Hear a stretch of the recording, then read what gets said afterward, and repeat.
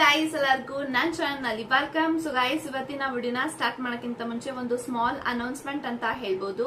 So ಯಾರೆಲ್ಲ personal reading ಗೋಸ್ಕರ contact ಮಾಡಬೇಕು ಅಂತ ಅನ್ಕೊಂಡಿದ್ರ ಜಸ್ಟ್ ಫಾರ್ 300 ರುಪೀಸ್ಗೆ ಪರ್ಸನಲ್ ರೀಡಿಂಗ್ ಕನ್ಸಲ್ಟೇಷನ್ ಚಾರ್ಜಸ್ ನ ಇಟ್ಟಿದ್ದೀವಿ. ನೀವು 300 ರುಪೀಸ್ ಪೇ ಮಾಡಿದ್ರೆ job, career, relationship, marriage, third party situation, ex person ಬಗ್ಗೆ ಮುಂದೆ ನಿಮ್ಮ ಲೈಫ್ ಅಲ್ಲಿ ಏನಾಗುತ್ತೆ ಪ್ರತಿಯೊಂದಕ್ಕೂ ಕ್ಲಾರಿಟಿ ಬೇಕು, ಗೈಡೆನ್ಸ್ ಬೇಕು ಅಂತ ಅಂದ್ರೆ ಈ ಒಂದು 300 ರುಪೀಸ್ ನ ನೀವು ಪೇ ಮಾಡಿ ಎಷ್ಟು ಕ್ವಶನ್ಸ್ ಆದ್ರೂ ಕೇಳ್ಬೋದು, ಎಷ್ಟೊತ್ತಾದ್ರೂ ಮಾತಾಡ್ಬೋದು. ಇಷ್ಟೇ ಕ್ವಶನ್ಸ್ ಕೇಳ್ಬೇಕು, ಎಷ್ಟೊತ್ತೇ ಮಾತಾಡ್ಬೇಕು ಅಂತ ಯಾವುದೇ ರೀತಿ ರೂಲ್ಸ್ ಅಂಡ್ ರೆಗ್ಯುಲೇಷನ್ಸ್ ಇರೋದಿಲ್ಲ. ಸೊ ಈ ಒಂದು 300 ರುಪೀಸ್ ಆಫರ್ ಬಂದು 24th ಜುಲೈ ವರೆಗೂ ಮಾತ್ರ ಇರುತ್ತೆ. ಸೊ 24th ಜುಲೈ ಆದ ನಂತರ 300 ರುಪೀಸ್ಗೆ ಆಫರ್ ಇರೋದಿಲ್ಲ. ಸೊ ಬೆಟರ್ ಇದ್ದಾಗಲೇ ಅದನ್ನ ಯೂಸ್ಫುಲ್ ಮಾಡ್ಕೊಳ್ಳಿ ಅಂತ ಹೇಳ್ತಾ ಈ ಒಂದು ವಿಡಿಯೋ ಯಾರಿಗೆ ರೆಸನೇಟ್ ಆಗುತ್ತೆ ಅಂದ್ರೆ ಯಾರೆಲ್ಲ ಬ್ರೇಕಪ್ ಸಿಚುಯೇಷನ್ ಅಲ್ಲಿ ಇದ್ರ, ಲಾಂಗ್ ಡಿಸ್ಟೆನ್ಸ್ ಅಲ್ಲಿ ಇದ್ರ, ಆಲ್ರೆಡಿ ನಿಮ್ಮ ವ್ಯಕ್ತಿ ನಿಮ್ಮಿಂದ ದೂರ ಆಗಿದ್ದಾರೆ, ಬ್ರೇಕಪ್ ಆಗಿದ್ದಾರೆ ಅಂತ ಅಂದ್ರೆ this video is for you.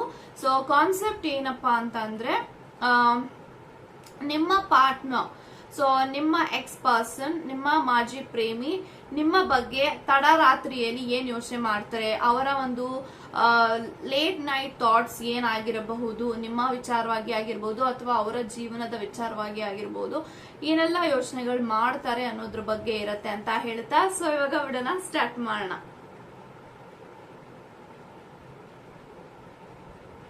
Guys ಇವಾಗ ನೋಡೋಣ ನಿಮ್ಮ ಮಾಜಿ ಪ್ರೇಮಿಯ ಲೇಟ್ ನೈಟ್ ಥಾಟ್ಸ್ ಏನಿದೆ, ನಿಮ್ಮ ಬಗ್ಗೆ ಏನ್ ಯೋಚನೆ ಮಾಡ್ತಾರೆ, ಅವರ ಜೀವನದ ಬಗ್ಗೆ ಏನ್ ಯೋಚನೆ ಮಾಡ್ತಾ ಇದ್ದಾರೆ ಅನ್ನೋದನ್ನ ಇವಾಗ ತಿಳ್ಕೊಳ್ಳೋಣ. Let's begin.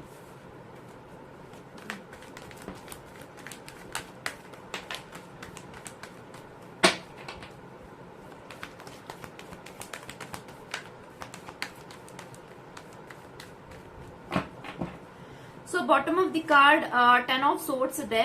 ಸೊ ಗೈಸ್ ಯಾರೆಲ್ಲ ಈ ಒಂದು ವಿಡಿಯೋನ ನೋಡ್ತಾ ಇದ್ದೀರಾ, bottom of the card we have 10 of swords and 9 of pentacles, queen of wands and 7 of pentacle.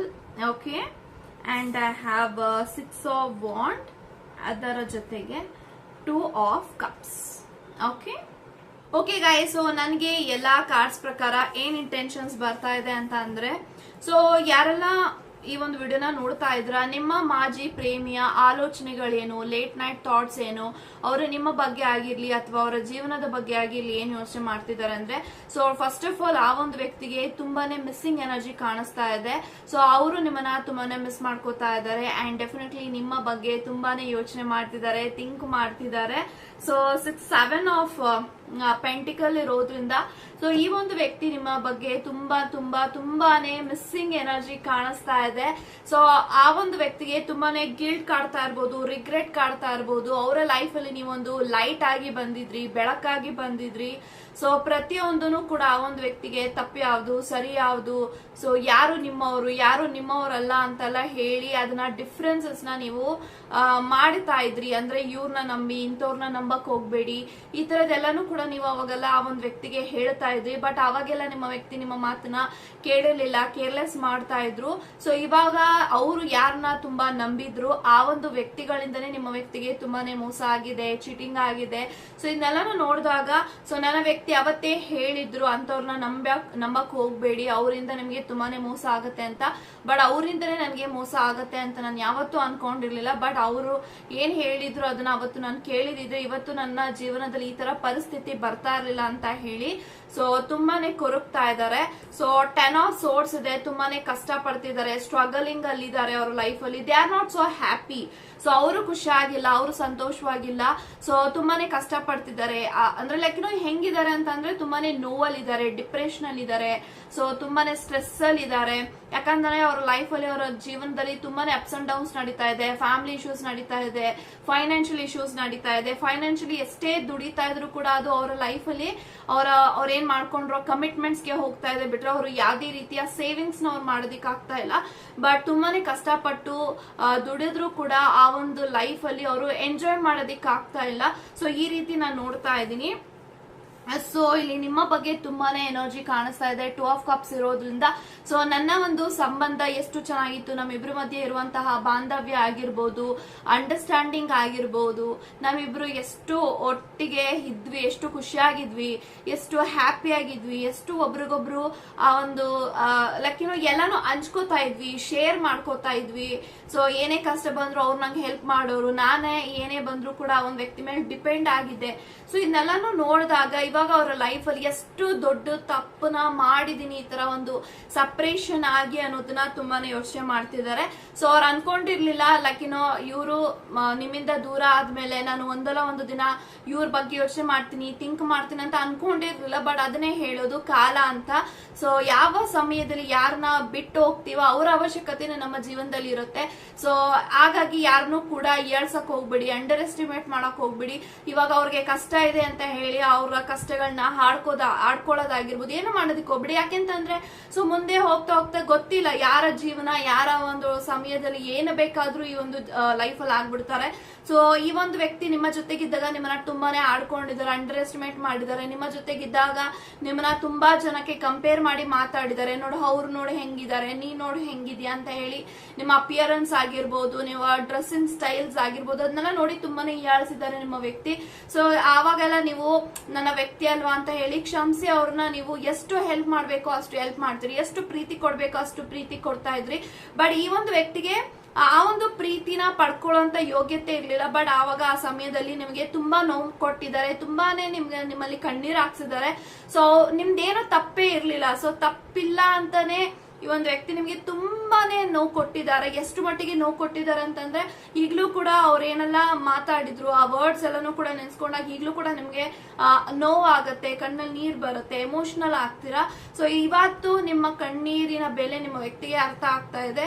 So ಆ ಸಮಯದಲ್ಲಿ ಅವ್ರಿಗೆ ಎಷ್ಟೆಲ್ಲ ಅವಮಾನ ಮಾಡಿದೀನಿ, ನೋವು ಕೊಟ್ಟಿದ್ದೀನಿ, ಎಷ್ಟು ಹರ್ಟ್ ಮಾಡಿದೀನಿ, ಆ ಒಂದು ಸಮಯದಲ್ಲಿ ಅವರು ಹೇಗೆ ಆ ನೋವನ್ನ ತಿಂದು ಇವತ್ತು ಅಷ್ಟು ಖುಷಿಯಾಗಿ ಇರೋಕೆ ಸಾಧ್ಯ. ಸೊ ಇವಾಗ ನಾನು ಆ ಒಂದು ವ್ಯಕ್ತಿಗೆ ಅಷ್ಟೆಲ್ಲ ನೋವು ಕೊಟ್ಟಿದ್ದೀನಿ, ಅಷ್ಟೆಲ್ಲ ಮಾತಾಡಿದೀನಿ. ಸೊ ಈ ಒಂದು ವ್ಯಕ್ತಿಯ ನೋವು ನನ್ಗೆ ಇವಾಗ ಅರ್ಥ ಆಗ್ತಿದೆ. ಅವ್ರ ಕಣ್ಣೀರ್ಗೆ ನಾನು ಬೆಲೆನೇ ಕೊಟ್ಟಿರಲಿಲ್ಲ, ಬಟ್ ಇವಾಗ ಅವ್ರ ಕಣ್ಣೀರಿನ ಬೆಲೆ ನನಗೆ ಅರ್ಥ ಆಗ್ತಾ ಇದೆ. ಸೊ ನನ್ಗೆ ಇಷ್ಟು ನೋವು ಆಗ್ತಿದೆ ಅಂದ್ರೆ ಅವ್ರಿಗೆ ಎಷ್ಟು ನೋವು ಆಗಿರ್ಬೇಕು ಅಂತ ಹೇಳಿ ತುಂಬಾನೇ ನಿಮ್ಮ ಒಂದು ಪೇನ್ ಬಗ್ಗೆ ತುಂಬಾನೇ ಇವ್ರಿಗೆ ಎಮೋಷನಲ್ ಆಗ್ತಾ ಇದ್ದಾರೆ ಡೇ ಬೈ ಡೇ. ಅಂಡ್ ನಿಮ್ಮ ಮೆಮೊರೀಸ್ ತುಂಬಾನೇ ಹೆಚ್ಚಾಗ್ತಾ ಇದೆ day by day. Queen of wands ಇದೆ. ಸೊ ಅವರ ಲೈಫ್ ಅಲ್ಲಿ ನೀವೊಂದು ರಾಣಿ ತರ ಇದ್ರಿ, ರಾಜನ್ ತರ ಇದ್ರಿ. ಪ್ರತಿ ಒಂದ್ರಲ್ಲೂ ಕೂಡ ಆ ಒಂದು ವ್ಯಕ್ತಿನ ನೀವು ಸಜೆಷನ್ ಕೇಳ್ತಾ ಇದ್ರಿ.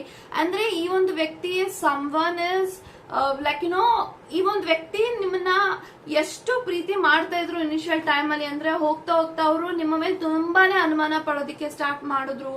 ಅಂದ್ರೆ ಅನ್ಕೊಂಡೇ ಇಲ್ಲ ನೀವು ಈ ಒಂದು ವ್ಯಕ್ತಿ ನಿಮ್ಮ ಮೇಲೆ ಇಷ್ಟೆಲ್ಲ ಅನುಮಾನ ಪಡ್ತಾರೆ, ನೋವು ಕೊಡ್ತಾರೆ, ನನ್ನ ಬಿಟ್ಟು ಹೋಗ್ತಾರೆ ಅಂತ ನೀವು ಅನ್ಕೊಂಡೇ ಇರ್ಲಿಲ್ಲ.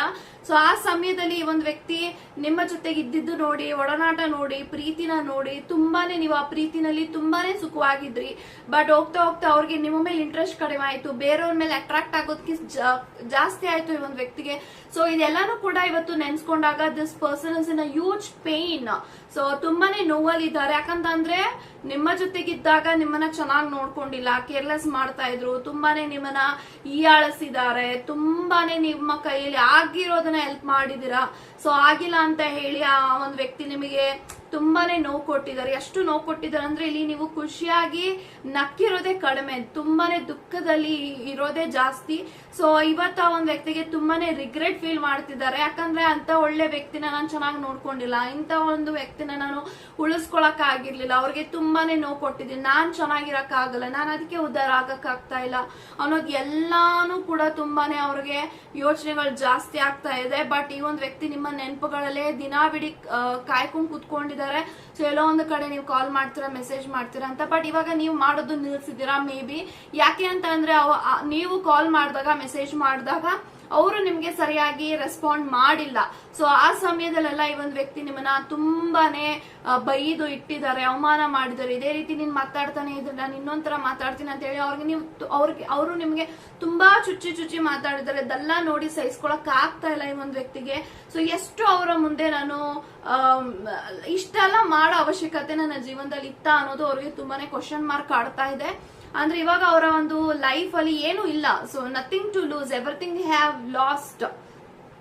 ಅನ್ನೋದು ನನಗೆ ಇಲ್ಲಿ ಕಾಣಿಸ್ತಾ ಇದೆ. ಸೊ ಅವರ ಜೀವನದಲ್ಲಿ everything is going ups and down. So ತುಂಬಾ ಕಷ್ಟದಲ್ಲಿದ್ದಾರೆ, ಪೇನ್ ಅಲ್ಲಿ ಇದ್ದಾರೆ, ಫೈನಾನ್ಷಿಯಲ್ ಪ್ರಾಬ್ಲಮ್ಸ್ ಇದೆ, ಹೆಲ್ತ್ ಇಶ್ಯೂಸ್ ನಡೀತಾ ಇದೆ. ಸೊ ತುಂಬಾನೇ ಡಿಪ್ರೆಷನ್ ಅಲ್ಲಿ ಇದ್ದಾರೆ. ಆ ಒಂದು ವ್ಯಕ್ತಿ ಖುಷಿಯಾಗಿ ಅಂತೂ ಇಲ್ಲ. ಸೊ ಬೇರೆಯವ್ರ ಮುಂದೆ ನಾನು ಖುಷಿಯಾಗಿದ್ದೀನಿ ಅಂತ ತೋರಿಸ್ಕೊತಿದ್ದಾರೆ ಬಿಟ್ರೆ this person is not so happy. So this person wants you back, but ನಿಮ್ಮನ್ನ ಪಡ್ಕೊಳ್ಳೋಂತ ಒಂದು ರೀತಿ ಗೊತ್ತಾಗ್ತಾ ಇಲ್ಲ. ಅಂದ್ರೆ ನೀವು ಅವ್ರನ್ನ ಅಕ್ಸೆಪ್ಟ್ ಮಾಡೋದಿಲ್ಲ ಅನ್ನೋದು ಅವ್ರಿಗೆ ಗೊತ್ತಾಗಿದೆ. ಸೊ ಇವಾಗ ಅವ್ರನ್ನ ಅಕ್ಸೆಪ್ಟ್ ಮಾಡಿ ನಿಮ್ಗೆ ಏನು ಇವಾಗ ಸಿಗೋದಿಲ್ಲ. ಸೊ ಇದು ನನಗೆ ಇಲ್ಲಿ ಹೇಳ್ಬೋದು. Like this person doesn't want, like ಇವರು ಹೆಂಗಿದ್ದಾರೆ ಅಂತ ಅಂದ್ರೆ ಅವರ ಜೀವನದಲ್ಲಿ.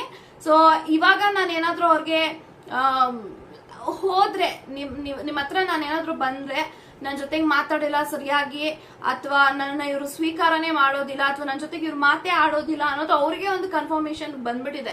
ಸೊ ಇವರು ನನ್ನ ಜೊತೆಗೆ ಮಾತಾಡೋದಿಲ್ಲ, ಇವರು ನನ್ನ ಜೊತೆಗೆ ಸರಿಯಾಗಿ ನಡ್ಕೊಳ್ಳೋದಿಲ್ಲ. ಸೊ ಇವ್ರ ಜೊತೆಗೆ ನನ್ನ ಕಾಲ್ ಅಲ್ಲಿ ಮೆಸೇಜ್ ಅಲ್ಲಿ ಮಾತಾಡೋಕ್ ಹೋದ್ರು ಕೂಡ ಇವ್ರು ನನ್ನ ಜೊತೆಗೆ ಸರಿಯಾಗಿ ರಿಪ್ಲೈ ಮಾಡೋದಿಲ್ಲ ಅನ್ನೋದು ಅವ್ರಿಗೊಂದು ಕ್ಲಾರಿಟಿ ಬಂದ್ಬಿಟ್ಟಿದೆ. ಯಾಕೆ ಅಂತಂದ್ರೆ ಅಷ್ಟು ಮಟ್ಟಿಗೆ ನಿಮಗೆ ನೋವು ಮಾಡಿದ್ದಾರೆ. ಸೊ ತುಂಬಾ ಈಗೋ ಬಿಟ್ಟು, ಸೆಲ್ಫ್ ರೆಸ್ಪೆಕ್ಟ್ ಬಿಟ್ಟು ಅವ್ರನ್ನ ನೀವು ತುಂಬಾನೇ ಮಾತಾಡ್ಸಕ್ ಹೋಗಿದ್ದೀರಾ. ಬಟ್ ಆ ಒಂದು ವ್ಯಕ್ತಿ ಆ ಒಂದು ಸಮಯದಲ್ಲಿ ನಿಮ್ಮನ್ನ ಸರಿಯಾಗಿ ನಡೆಸ್ಕೊಂಡಿಲ್ಲ. ಬಟ್ ಇವಾಗ ಅವ್ರಿಗೆ ಯೋಚನೆ ಬರ್ತಾ ಇದೆ, ಆ ಸಮಯದಲ್ಲಿ ನಾನೇ ಅವ್ರ ಜೊತೆಗೆ ನಡ್ಕೊಂಡಿಲ್ಲ ಚೆನ್ನಾಗಿ, ಇವತ್ತು ಹೆಂಗೆ ಅವ್ರು ನನ್ನ ಜೊತೆ ಖುಷಿಯಾಗಿರ್ತಾರೆ, ಖುಷಿಯಾಗಿ ಮಾತಾಡ್ತಾರೆ, ಅದಂಗ ಆಗ್ಬಿಡುತ್ತೆ. ಸೊ ಇದೆಲ್ಲಾನು ಕೂಡ ತುಂಬಾನೇ ಯೋಚನೆ ಮಾಡ್ತಿದ್ರೆ. But this person definitely wants to get together. So reconciliation ಆಗ್ಬೇಕು ಅಂತ ತುಂಬಾನೇ ಆಸೆ ಇದೆ, ಒಂದು ಚಾನ್ಸ್ ಕೊಡಿ ಅಂತ ಕೇಳ್ಬೇಕು ಅಂತ ತುಂಬಾನೇ ಆಸೆ ಇದೆ. ಬಟ್ ನಿಮ್ಮ ಮೈಂಡ್ ಸೆಟ್ ಸರಿಯಾಗಿಲ್ಲ ಇವಾಗ. ಯಾಕಂತಂದ್ರೆ ಒಂದು ಮನ್ಸು ಒಡೆದೋದ್ಮೇಲೆ ಅದನ್ನ ಜೋಡ್ಸೋದಿಕ್ ಆಗಲ್ಲ. ಸೊ ಇದು ನಿಮ್ಮ ವ್ಯಕ್ತಿಗೆ ಗೊತ್ತಾಗ್ತಾ ಇದೆ. ಅವ್ರ ಮನ್ಸನ್ನ ತುಂಬಾ ನೋವು ಮಾಡಿದೀನಿ, ಅವ್ರನ್ನ ನಾನು ತುಂಬಾನೇ ಅಯ್ಯಾಳಿಸಿದೀನಿ. ಸೊ ಇವಾಗ ನಾನು ಹೋಗ್ಬಿಟ್ಟು ನಿನ್ ಜೊತೆಗಿರ್ಬೇಕು ಅಂತ ಅಂದ್ರೆ ಅವ್ರನ್ನ ಅಕ್ಸೆಪ್ಟ್ ಮಾಡ್ಬಿಡ್ತಾರ. ಸೊ ಇದೆಲ್ಲಾನು ಅವ್ರಿಗೆ ಗೊತ್ತಿದೆ. So they already know the answer. ನಿಮ್ಮಲ್ಲಿ ಏನ್ ಬರುತ್ತೆ ಬಾಯಲ್ಲಿ ಆನ್ಸರ್ ಅನ್ನೋದು ಅವ್ರಿಗೆ ಗೊತ್ತಿದೆ. ಸೊ ಹಾಗಾಗಿನೇ ಈ ಒಂದು ವ್ಯಕ್ತಿ ನಿಮ್ಮ ಖುಷಿನ ದೂರದಲ್ಲೇ ಇದ್ದು ನೋಡ್ತಾ ಇದ್ದಾರೆ. So this person is actually spying on you, stalking on you. So ನೀವೆಲ್ಲಿ ಹೋಗ್ತೀರಾ, ಎಲ್ಲಿ ಬರ್ತೀರಾ, ಪ್ರತಿಯೊಂದನ್ನು ಸ್ಪೈ ಮಾಡ್ತಿದ್ದಾರೆ. And definitely this person is somewhat happy. And ನೀವು ಖುಷಿಯಾಗಾದ್ರೂ ಇದೀರಲ್ವಾ ಅನ್ನೋದು ಒಂದು ಖುಷಿ ಇದೆ ಅನ್ನೋದು ಬಿಟ್ರೆ ಬೇರೆ ಏನು ಆ ಒಂದು ವ್ಯಕ್ತಿ ಅವ್ರ ಲೈಫ್ ಅಲ್ಲಿ everything is gone. So zero ಆಗ್ಬಿಟ್ಟಿದ್ದಾರೆ ನಿಮ್ಮ ವ್ಯಕ್ತಿ. ಬಟ್ ನಿಮ್ಮ ಖುಷಿ ನೋಡಿ ಅವರು ಖುಷಿಯಾಗಿದ್ದಾರೆ ಅಂತ ಹೇಳ್ತಾ ಗಾಡ್ ಬ್ಲೆಸ್ ಯು ಗೈಸ್.